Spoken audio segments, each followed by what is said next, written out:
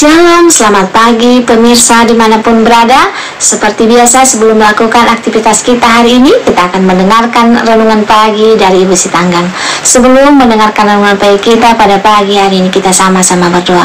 Bapa yang baik yang bertahta dalam kerajaan surga, kami mengucap syukur Tuhan berberkat yang boleh kami rasakan hingga saat ini. Sebentar Tuhan, kami akan mendengarkan firman-Mu melalui renungan pagi.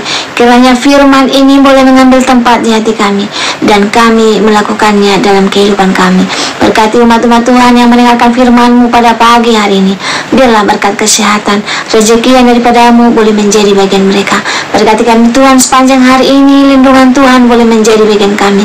Dalam nama Yesus kami berdoa dan mengucap syukur. Amin.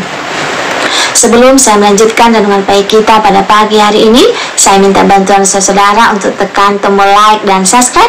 Jangan lupa komen sehingga saya tahu kalau saudara singgah di YouTube saya dan saya lebih semangat dalam menyampaikan firman Tuhan setiap pagi. Terima kasih, Tuhan memberkati. Judul renungan pagi kita pada pagi hari ini, kesempatan dan undangan unik untuk bertobat. Ayat intinya saya ambil dari Kisah Para Rasul 9 ayat 1.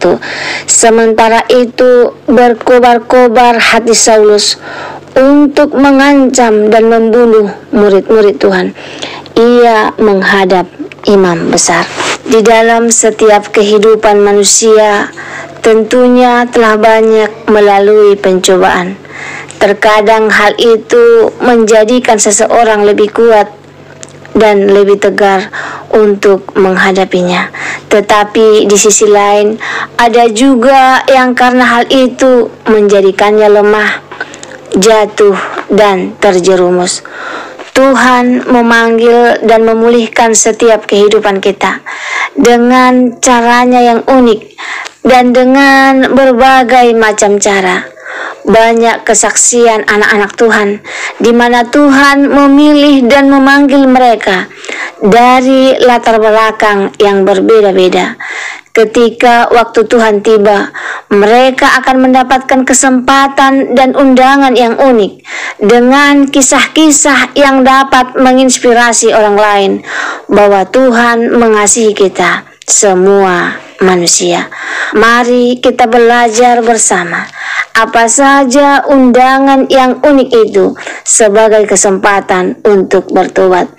Kisah tentang Rasul Paulus dari kehidupannya yang kelam, tetapi Allah mengasihi dia dan memberikan dia kesempatan dan undangan yang unik, yaitu dengan pukulan secara langsung.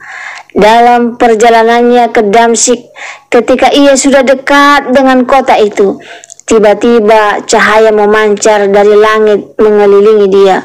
Ia rebah ke tanah dan kedengaranlah olehnya suatu suara yang berkata kepadanya, "Saulus, Saulus, mengapa engkau menganiaya aku?" Jawab Saulus, "Siapakah engkau Tuhan?" Katanya, "Akulah Yesus yang kau aniaya itu. Tetapi bangunlah dan pergilah ke dalam kota. Di sana akan dikatakan kepadamu apa yang harus kau perbuat." Kisah Para Rasul 9 ayat 3-6. Ayat ini dengan jelas menjelaskan tentang bagaimana Rasul Paulus mendapatkan kesempatan dan undangan yang unik itu. Siapa itu Rasul Paulus? Nama aslinya adalah Saulus, nama yang diambil dari bahasa Ibrani.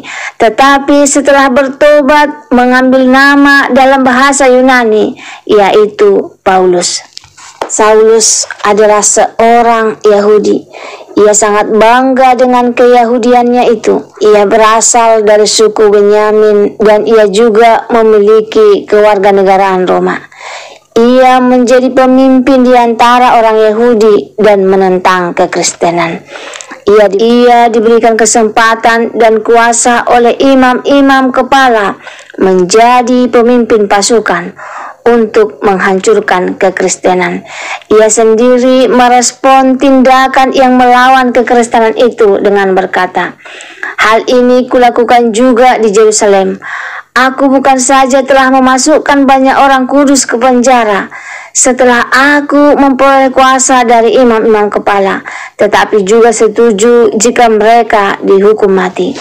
Dalam rumah-rumah ibadah, aku sering menyiksa mereka dan memaksa mereka untuk menyangkal imannya. Dan dalam amarah yang meluap-luap, aku mengejar mereka, bahkan sampai ke kota-kota asing. Kisah pertobatan Rasul Paulus menjadi inspirasi bagi kita semua. Bagaimana cara Allah memanggil dan membentuk dia, berbalik dari perbuatan-perbuatannya yang sangat manusiawi, membunuh dan menyiksa orang-orang kudus, menjadi Rasul Yesus yang rela mati untuk memberitakan Injil.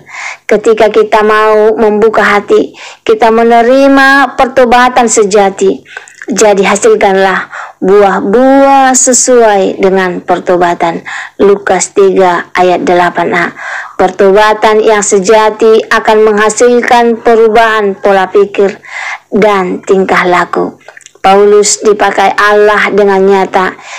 Ia dipilih untuk menjadi alat pelayanan, menjadi pelayan Tuhan, agar Paulus menjadi kesaksian yang hidup bagi banyak orang.